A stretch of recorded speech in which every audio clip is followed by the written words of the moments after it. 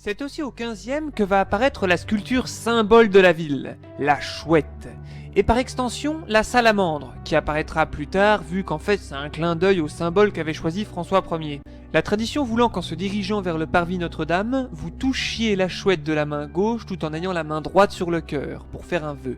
Le truc étant que si vous allez dans l'autre sens, la salamandre s'occupera de bouffer votre vœu. Chaque jour est une chance. La chouette fait référence à un événement s'étant produit à Rome. En effet, le pape mafieux de l'époque, expert en détournement de fonds façon Richelieu... Non, pas ce Richelieu-là, non. Voilà. Tenait alors un grand concile durant lequel une chouette s'introduisit dans la salle hurlant à tout va, et selon les dires, ne quittant pas des yeux le mafioso en chef, le pape de l'époque. On parvint à foutre le piaf dehors qu'à coups de bâton, mais après coup, on a commencé à se poser la question si c'était pas des fois une manifestation de l'Esprit Saint, qui venait prévenir en direct le pape, qu'il était pas Jojo. Surtout que peu de temps après, le pape en question finissait en tôle. Oui, le fait est que le contexte était assez spécial au moment où elle a été sculptée, notre chouette. Et ouais, c'était du temps de la prime jeunesse de Fifi, et à ce moment-là, la religion catholique... C'est un bordel. Enfin, le terme technique est « grand schisme d'Occident ». Pour faire simple, à la tête de l'église, il n'y avait pas un pape mais deux qui se disputaient la légitimité. L'un installé à Rome, l'autre à Avignon, d'où le palais des papes, provoquant troubles sociaux, politiques... Franchement, en pleine guerre de 100 ans, est-ce qu'on avait vraiment besoin de ça? Je vous le demande! Bref, cette représentation du Saint-Esprit revêtant l'apparence d'une chouette finit par prendre avec le temps l'image d'un symbole éloignant non seulement les forces du mal, mais aussi des forces nocturnes, car vu qu'on ne voit rien dans les ténèbres, l'imagination s'enflamme aussi rapidement qu'un feu de paille. Il faut bien se représenter que Dijon, comme dans toutes les villes d'Europe à cette époque, la nuit est nullement éclairée. La nuit, c'est le couvre-feu donné par les cloches des églises avec la messe du soir. D'ailleurs, la première chose qu'on fait le soir, c'est fermer les portes de la ville. Du coup, au coucher du soleil, plus personne ne rentre, plus personne ne sort. Ça a le mérite de vous donner le ton, hein. Quand les ténèbres règnent sur la ville, seuls les hommes du guet... Non mais non, pas gay comme ça. Voilà, donc eux seuls patrouillent la nuit à l'intérieur de l'enceinte. Entendons-nous bien, hein. Si vous êtes dehors la nuit sans justification et lanterne, c'est direct la tôle.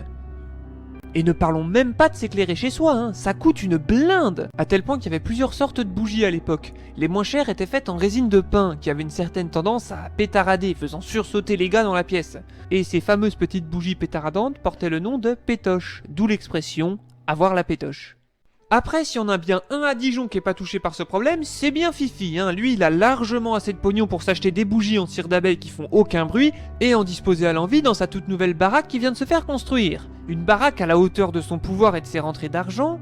Et pour cause, elle deviendra notre mairie. Et ouais, c'est le palais des Ducs, dont la construction s'étalera de 1450 à 1455.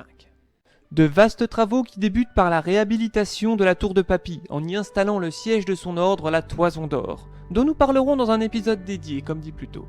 Il y colle aussi un duc qui cherchait à se faire légitimer en Lorraine, un territoire attenant au duché et, comme vous avez pu le voir dans l'épisode de Game of Duke sur Philippe le Bon, celui-ci n'avait pas particulièrement besoin d'avoir un autre voisin ultra puissant pour faire pression sur lui, car le duc en question était aussi le roi de Naples, c'est le duc de Bar, qui par la force des choses changea le nom de la tour, passant de Tourneuve à Tour de Bar.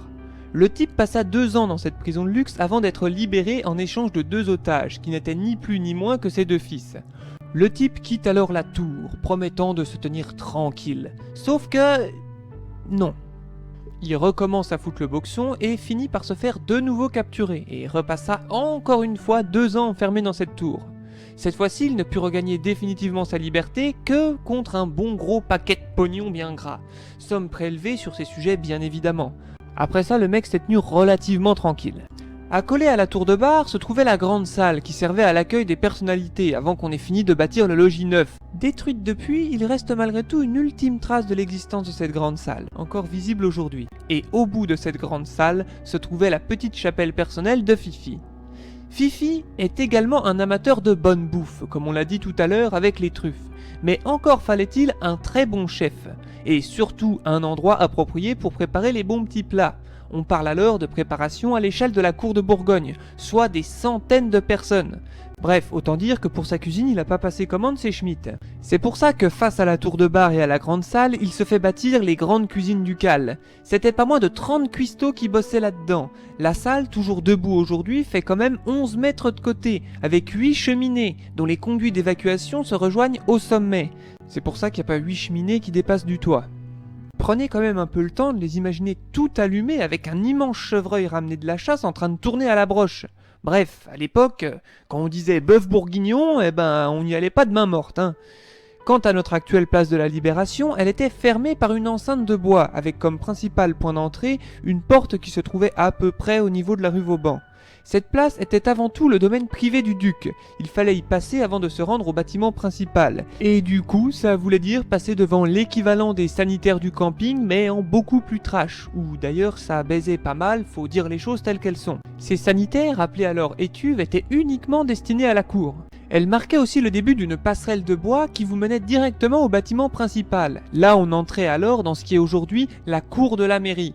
Appelée à l'époque la cour des joyaux car elle juxtaposait le lieu où était entreposé le trésor ducal. Dernière étape pour en mettre plein la vue histoire de montrer un peu plus la richesse du duché, au niveau de la grande horloge actuelle se trouvait la garde-robe ducale. Et oui, le mec s'est fait carrément construire un bâtiment juste pour ranger ses fringues. De là à dire que notre Fifi était une fashion victime, y a qu'un pas, hein. Surtout qu'il a passé sa vie à s'habiller en noir pour porter le deuil de papa, mais aussi parce que... Le noir c'est digne, le noir c'est sombre, le noir ça fait peur. C'est ensuite seulement que vous arriviez dans le bâtiment principal qu'est la mairie actuelle, où vous trouviez notamment, outre la chambre du duc et sa petite garde-robe bonus, sa salle de bain équipée de chiottes, qui ont d'ailleurs été redécouvertes récemment.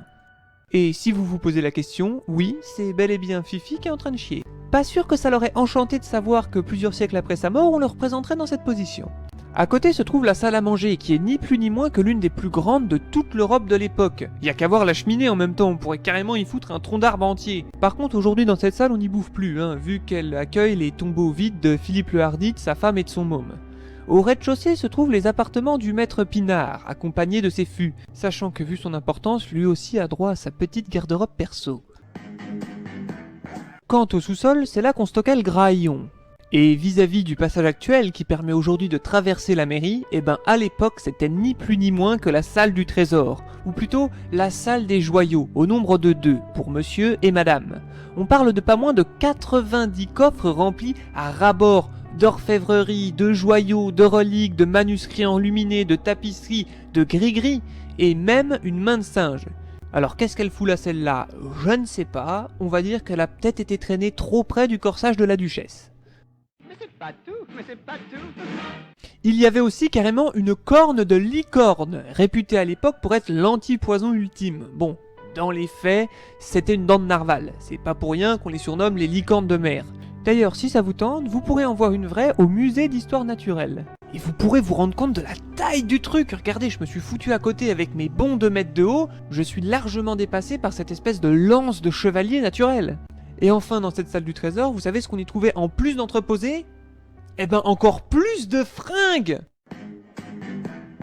Pour ce qui est des murs, ils étaient recouverts de bois et de tapisseries constituées de fils d'or, notamment pour préserver la chaleur, mais ce, tout en se la pétant, hein. Parce qu'il faut pas oublier les fondamentaux, hein. Se la péter, c'est très important. Et enfin, pour montrer que c'est lui qui a la plus grande, Fifi décide de faire comme Jean-Jean à Paris.